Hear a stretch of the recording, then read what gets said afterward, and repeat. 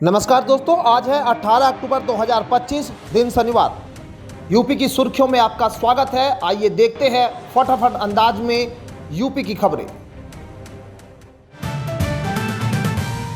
मुख्यमंत्री योगी आदित्यनाथ ने लोक भवन में आयोजित कार्यक्रम में वित्तीय वर्ष 2025-26 की छात्रवृत्ति योजना के तहत करीब 5 लाख पिछड़े वर्ग के छात्रों के खातों में डीबीटी के माध्यम से 126.68 करोड़ ट्रांसफर कर दिए हैं।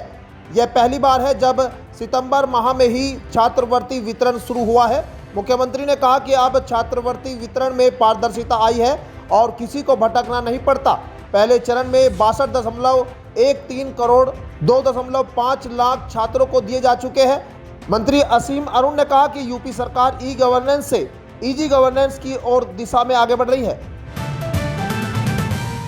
उत्तर प्रदेश सरकार ने दीपावली से पहले राज्य के 28 लाख कर्मचारियों और पेंशनरों को बड़ा तोहफा दिया है। मुख्यमंत्री योगी आदित्यनाथ ने महंगाई भत्ता और महंगाई राहत में 3% की बढ़ोतरी को मंजूरी दी है। अब यह दर बेसिक वेतन के 55% से बढ़कर 58% हो जाएगी, जो 1 जुलाई 2025 से प्रभावी होगी और अक्टूबर से नकद भुगतान होगा। इस निर्णय से 16.35 लाख कर्मचारियों और 11.52 लाख पेंशनरों को लाभ मिलेगा। सरकार पर इस वृद्धि से लगभग 1960 करोड़ रुपए का अतिरिक्त व्यय भार आएगा। सीएम योगी ने इसे कर्मचारियों के लिए दीपावली का विशेष उपहार बताया।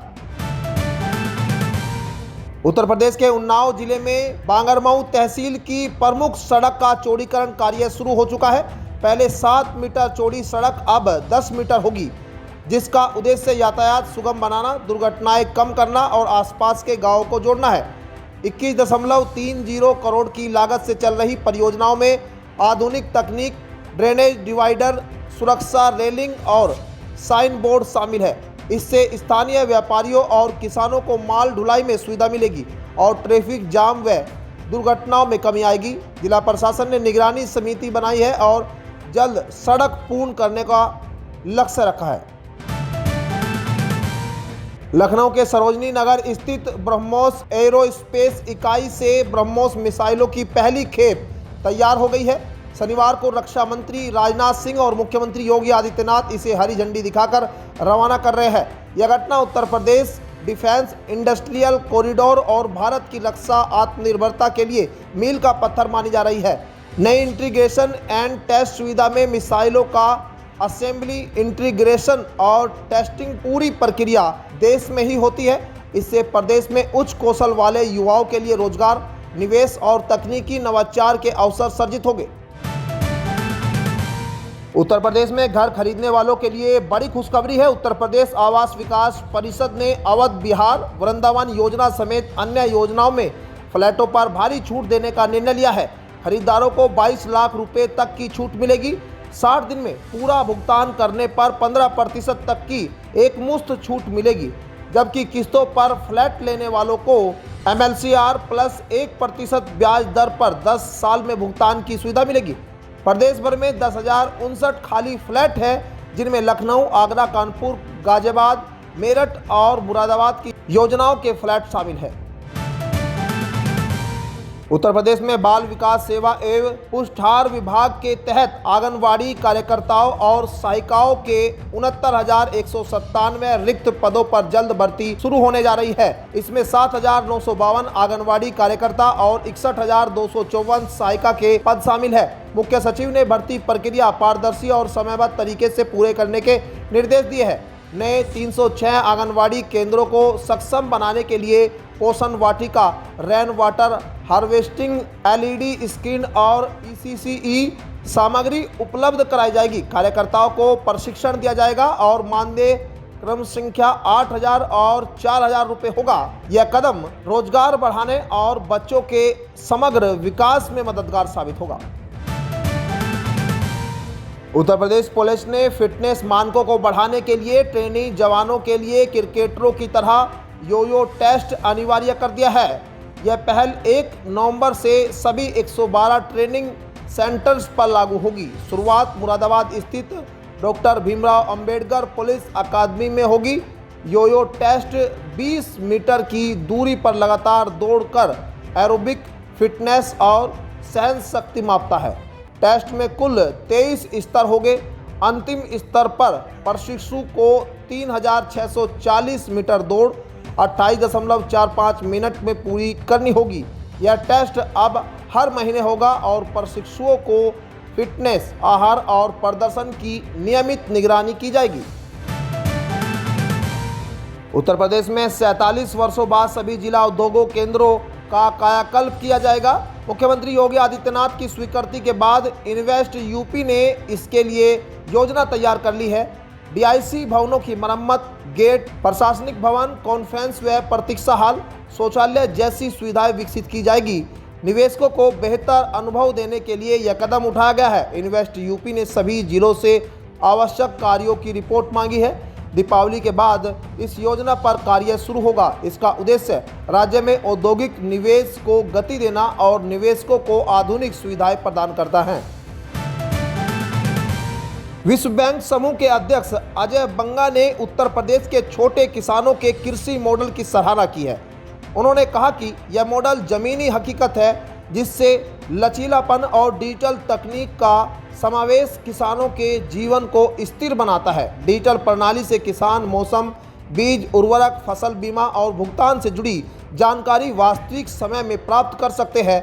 बंगा ने इसे सकारात्मक चक्र बताते हुए कहा कि इससे सस्ता ऋण और बेहतर वित्तीय पहुंच संभव होती है।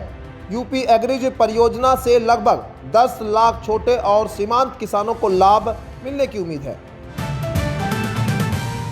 अयोध्या में इस बार राम की पौड़ी पर 80,000 दियों से भव्य रंगोली सजाई जाएगी, जो भक्ति भाव, कला और पारंपरिक सौंदर्य का अद्वितीय संगम होगी। अवध विश्वविद्यालय की कला टीम द्वारा तैयार की जा रही इस दीप रंगोली में कलश, स्वास्तिक और कमल पुष्प जैसे पारंपरिक प्रतीक शामिल होंगे। दीपोत्सव 2025 में अयोध्या धाम को और आकर्षक बनाने के लिए 20 विशेष सेल्फी पॉइंट भी बनाए जा रहे हैं, जिनकी थीम रामायण के प्रसंगों पर आधारित होगी।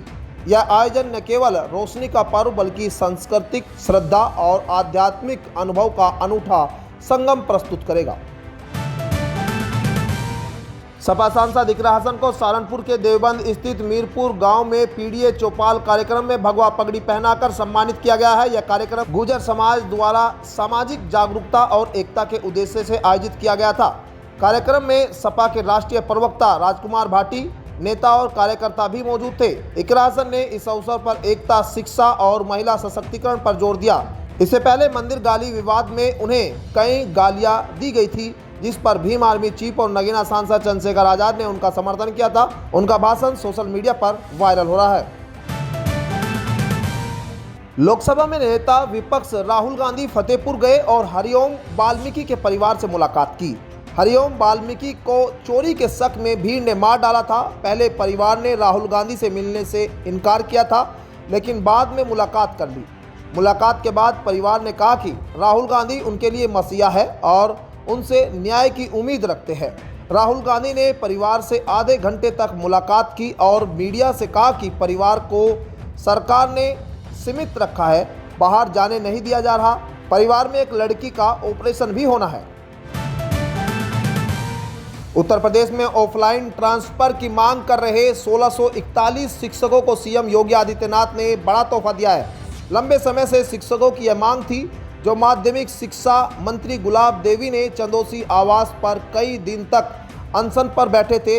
मंत्री गुलाब देवी ने शिक्षकों के ट्रांसफर के लिए मुख्यमंत्री से अनुरोध किया, जिसके बाद आदेश जारी कर 1641 शिक्षकों के ट्रांसफर किए गए। ऑनलाइन ट्रांसफर पहले ही पूरा हो चुका था, लेकिन ऑफलाइन ट्रांसफर लंबित थे। शिक्षक नेता शुभेंदु शरण त्रिपाठी ने मंत्री का आभार जताया। यह आदेश दीपावली से पहले राहत साबित हुआ है। उत्तर प्रदेश के मुजफ्फरनगर जिले के अलीपुर खुर्द गांव में ग्राम प्रधान उर्मिला देवी पर करोड़ों रुपए के कृषि यंत्रों को कम दाम में बेचने का आरोप लगा है। Promotion of agriculture mechanisation for in situ management of crop योजना के तहत 16 लाख रुपए में खरीदे गए उपकरण केवल 3.10 लाख रुपए में नीलाम किए गए।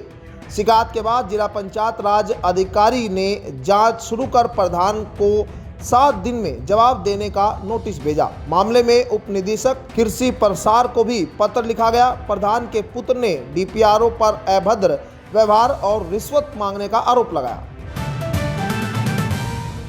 मौसम विभाग के अनुसार आज दिल्ली एनसीआर में सुबह धुंध, दोपहर में तेज धूप और शाम को हल्की ठंड का एहसास रहेगा। मौसम विभाग के अनुसार उत्तर भारत के अन्य राज्यों में भी ऐसा ही मौसम बनेगा। उत्तर प्रदेश में अगले 5 दिन मौसम शुष्क रहेगा, हालांकि बीच बीच में आंशिक बादल छाए रह सकते हैं। बिहार में दिवाली तक बादलों की आवाजाही बनी रहेगी, लेकिन बारिश का कोई अलर्ट नहीं है। हिमाचल और उत्तराखंड में अगले कुछ दिनों में हल्की बारिश और बर्फबारी की संभावना है। मध्य प्रदेश के कुछ हिस्सों में हल्की से मध्यम बारिश और सर्दी का असर रहेगा। तो ये थी आज की 15 फटाफट खबरें। अगर आपको वीडियो पसंद आया तो वीडियो को लाइक, शेयर व कमेंट जरूर करें। धन्यवाद।